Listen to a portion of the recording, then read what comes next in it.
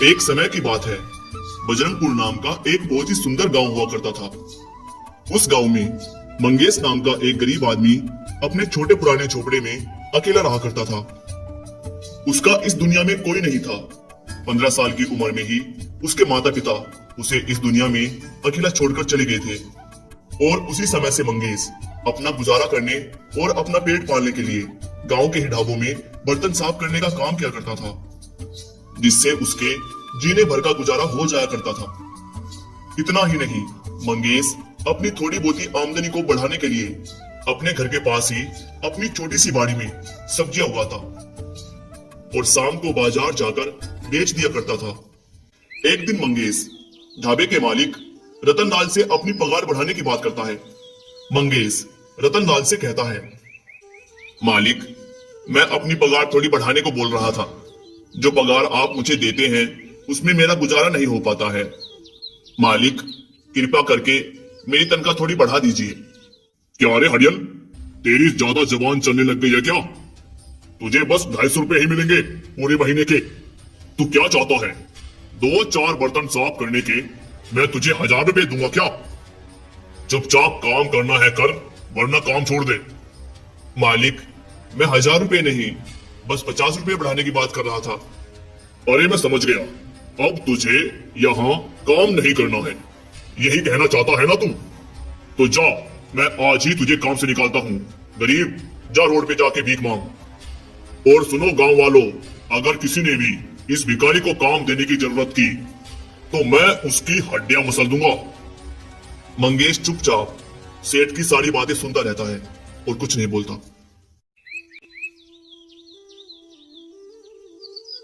अगली सुबह मंगेश दुकान पर राशन लेने के लिए जाता है। वह दुकानदार से कहता है, अरे रवि भाई, मुझे 1 किलो चावल दे दो। देखो भाई मंगेश, मैं तुम्हें कल से कोई भी सामान नहीं दे पाऊंगा, क्योंकि मेरी दुकान पर तुम्हारा उधार बहुत हो गया है। अब मैं तुम पर इससे ज्यादा और कर्जा नहीं चढ़ा सकता मंगेश भाई। मेरी भी मजबूरी है, मेरे भी बाल बच्चे हैं भाई, मेरा भी परिवार है। तो तुम ही बताओ, अब मैं और उधार तुम पे कैसे चढ़ा सकता हूँ? ठीक है रवि भाई, तुम आज मुझे उधार दे दो, कल से मैं आपके पास उधार लेने नहीं आऊंगा। रवि दुकानदार मंगेश को 1 किलो चावल दे देता है और मंगेश 1 किलो चावल लेकर अपने घर चला जाता है। और ऐसे ही देखते देखते 2-3 दिन बीत जाते हैं। आज तो खाने के लिए भी कुछ नहीं है, क्या करूं? रवि भाई का भी मुझ पे कितना कर्जा हो गया है, अब तो वो मुझे एक दाना भी उधार नहीं देगा। क्या करूं? हाँ, जंगल जाता हूं, वहां मुझे कुछ खाने को मिल जाएगा, तो वही कुछ खाकर आज का दिन निकाल लूंगा। इतना कहकर मंगेश जंगल की ओर निकल जाता है। मंगेश पूरा जंगल घूम लेता है, लेकिन उसे एक भी फल फूल खाने को नहीं मिलता। फिर मंगेश भूखा प्यासा परेशान होकर एक पेड़ के नीचे बैठ जाता है और कहता है, हे भगवान, अब मैं क्या करूं? मुझे कुछ भी खाने को नहीं मिल रहा है और मेरे पास कुछ काम भी नहीं है। अब मैं क्या करूं भगवान, आप ही मुझे बताइए। तभी मंगेश की नजर एक खरगोश पर जाती है। वह देखता है कि वह खरगोश अपने जादू के गोले से वहां फल प्रकट करता है और फल प्रकट करने के बाद वह खरगोश कहता है, अरे अरे, बस इतना सा फल? नहीं नहीं, मुझे और फल चाहिए, इतने से फल में मेरा पेट नहीं भरेगा। वह खरगोश अपने जादू के गोले से फिर जादू करता है और एकदम से वहां बहुत सारे फल आ जाते हैं। मंगेश वहां बैठा हुआ यह दृश्य अपनी आंखों से देख रहा होता है। अरे, ये मैं क्या देख रहा हूँ? खरगोश और जादू कर सकता है? अरे नहीं भाई, मैंने तो कभी ऐसा नहीं देखा। यह खरगोश तो जादू से फल प्रकट कर रहा है और इतना ही नहीं, यह खरगोश तो बोलता भी है। ये कैसा खरगोश है भाई? मंगेश बेटा, भाग ले यहां से। अगर ये खरगोश कोई शैतानी खरगोश हुआ तो तुझ पे भी अपना जादू कर देगा। अभी उसका ध्यान फल खाने पर है, इससे पहले उसकी नजर मुझ पर पड़े। भाग ले बेटा, भाग ले। यह सोचकर जैसे ही मंगेश वहां से भागने के लिए खड़ा होता है, तभी वह खरगोश उसे बोलता है, रुको, हिलना मत अपनी जगह से।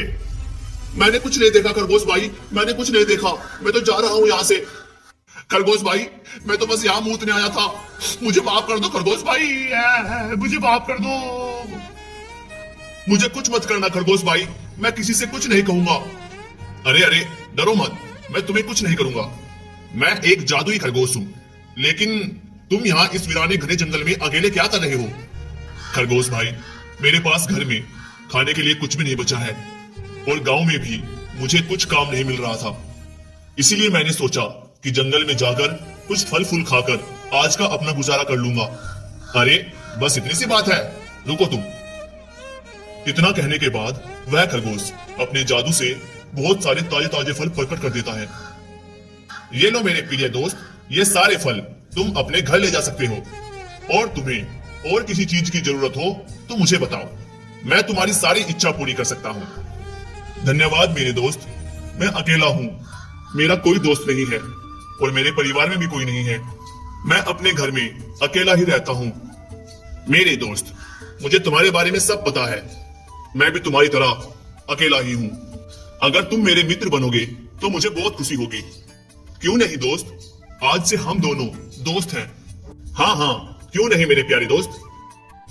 मंगेश और वह जादुई खरगोश दोनों पक्के दोस्त बन जाते हैं। फिर मंगेश उस जादुई खरगोश को अपने घर ले जाता है।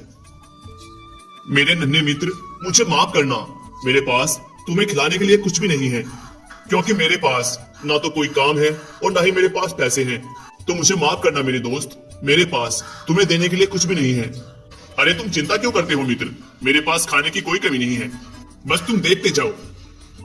फिर वह खरगोश अपने जादुई गोले से जादू करता है और वहां ढेर सारे स्वादिष्ट भोजन प्रकट हो जाते हैं। वाह मित्र, तुमने तो कमाल ही कर दिया। आज मैं बस तुम्हारी वजह से अच्छा खाना खा पाऊंगा। ये तो बस मैं अपने दोस्त होने का फर्ज निभा रहा हूँ। बस तुम्हें जो भी चाहिए मुझे बता देना। अच्छा तुम ये बताओ, तुम्हें खाने में क्या क्या पसंद है, मैं तुम्हें वही ला दूंगा। वह जादुई खरगोश अपने जादुई गोले से मंगेश का पसंदीदा भोजन उसके सामने प्रकट कर देता है और उसके बाद मंगेश भर पेट खाना खाता है। खाना कैसा लगा मेरे दोस्त? खाना तो बहुत ही अच्छा था मित्र, लेकिन तुमने इतना सारा खाना ला दिया है कि अगर मैं इसे 3 दिन तक भी खाऊं तो ये खत्म नहीं होगा। क्या ये खाना खराब नहीं होगा? तुम उसकी चिंता मत करो मित्र, मेरे जादू से लाई गई कोई भी चीज खराब नहीं होती। उस जादुई खरगोश के मंगेश की जिंदगी में आने पर मंगेश की जिंदगी पूरी तरह बदल गई थी। अब वो बहुत ही अच्छा जीवन जी रहा था। धीरे धीरे मंगेश जादुई खरगोश की मदद से बहुत अमीर हो जाता है। मंगेश एक नया बंगला भी खरीद लेता है। अब मंगेश के पास पहनने के लिए अच्छे कपड़ों के साथ साथ खाने के लिए अच्छा खाना भी था। यहाँ तक कि बड़ी बड़ी गाड़ियां भी मंगेश के घर के आंगन में खड़ी रहती थी। और इसी बीच मंगेश अपना एक व्यापार भी शुरू कर लेता है और दुकान में जब भी किसी भी चीज की कमी होती, जादुई खरगोश अपनी जादुई गेंद की मदद से उसे पूरी कर देता। ऐसे ही वक्त बीतता गया।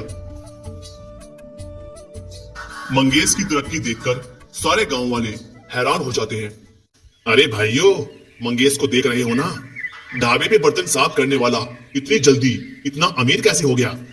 कुछ दिन पहले ही तो उसने मेरी दुकान से 1 किलो चावल उधार लिया था। भाई, मंगेश ने तो कुछ ही दिनों में बहुत ज्यादा तरक्की कर ली।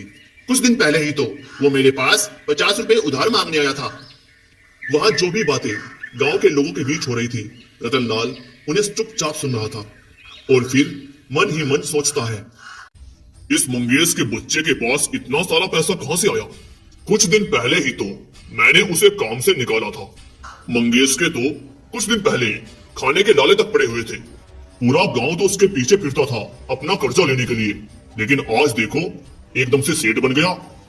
जरूर कुछ दाल में काला है, पता करना पड़ेगा रतनलाल, पता तो करना पड़ेगा। इस मंगेश के बच्चे को तो मैं छोड़ूंगा नहीं। दरअसल रतनलाल मंगेश की तरक्की से बहुत जल रहा था। अगले दिन रतनलाल चुपचाप मंगेश की बंगले की खिड़की से झांककर उनकी सारी बातें सुनने लगता है। मेरे मित्र, ये लो तुम्हारा पसंदीदा खाना। अरे मेरे मित्र, ये तो मेरा पसंदीदा लड्डू है। हाँ मित्र, तुमने मेरी सारी इच्छा पूरी की है और अब वक्त आ चुका है कि मैं भी तुम्हारी इच्छा पूरी करूं। मैं कोई जादू तो नहीं कर सकता, पर इस तरह से मैं तुम्हारी इच्छा पूरी जरूर कर सकता हूँ। जैसे तुम्हारे पसंदीदा लड्डू खरीद कर तुम्हें खिलाना। तुमने मेरे लिए जितना भी किया है उतना मेरे लिए काफी है मेरे दोस्त। खरगोश को बोलता देख रतनलाल हैरान हो जाता है और साथ ही साथ दोनों की पूरी बातें साफ साफ सुन लेता है। अच्छा, तो ये बात है। तो ये सारी करामात इस जादुई खरगोश की है। इस चिरकुट की वजह से आज मंगेश मारा माल होता जा रहा है। थोड़ा रुक जरा मंगेश, मैं तुझे बताता हूँ, तुझे तेरी औकात दिखाता हूँ। रतनलाल रात होने का इंतजार करता है। रात में वह जादुई खरगोश और मंगेश अपने बिस्तर पर सो रहे थे। तभी रतनलाल चुपके से उसके घर में घुस जाता है और खरगोश को उठाकर अपने साथ अपने घर ले जाता है। और अपने घर पहुंचते ही वह उस खरगोश से कहता है, अरे ओ चिरकुट, जल्दी से जादू कर और मेरे लिए सोने और चांदी के ढेर लगा दे। मुझे छोड़ दो, मैंने तुम्हारा क्या बिगाड़ा है? अरे क्या देख रहा है? तुझे अपनी जान प्यारी है या नहीं? जितना बोला है उतना कर। चुपचाप जादू कर और मेरे लिए सोने और चांदी के ढेर लगा, वरना मैं तुझे नहीं छोड़ूंगा। नहीं नहीं, मैं जादू नहीं करूंगा। मेरा जादू सिर्फ अच्छे लोगों के लिए है। तुम बुरे हो और बहुत ही ज्यादा लालची। तुम किसी प्राणी की जान लेने के बारे में कैसे सोच सकते हो? तू अपना बकवास बंद कर चिरकुट और जल्दी से जादू कर। रतनलाल के कई बार कहने पर भी वह खरगोश जादू नहीं करता। इसीलिए रतनलाल उस खरगोश को मार देता है। तू मेरे लिए जादू नहीं कर रहा था ना? अब देखता हूं तू उस मंगेश के लिए कैसे जादू करता है। सुबह सुबह जब मंगेश उठा तो उसने देखा कि उसका खरगोश दोस्त उसके पास नहीं है। मंगेश बहुत परेशान हो जाता है और पूरे घर में खरगोश को ढूंढता है। अरे मित्र, कहाँ हो तुम? कहाँ हो? अरे किधर हो मित्र? क्या तुम मेरे साथ मजाक कर रहे हो? चलो, अब मजाक बहुत हो गया, अब आ जाओ मेरे पास। इतने बार बुलाने पर भी उसे कहीं से भी उत्तर नहीं मिल रहा था। यहां तक कि मंगेश उसे अपने बंगले के साथ साथ बंगले के बाहर भी ढूंढता है, लेकिन उसे अपने मित्र खरगोश का कहीं से भी कुछ पता नहीं चलता है। मंगेश बहुत ही ज्यादा परेशान और दुखी हो जाता है और वह निर्णय करता है कि वह अपने खरगोश मित्र को ढूंढने उसी जंगल में जाएगा जहां से वह उसे लाया था।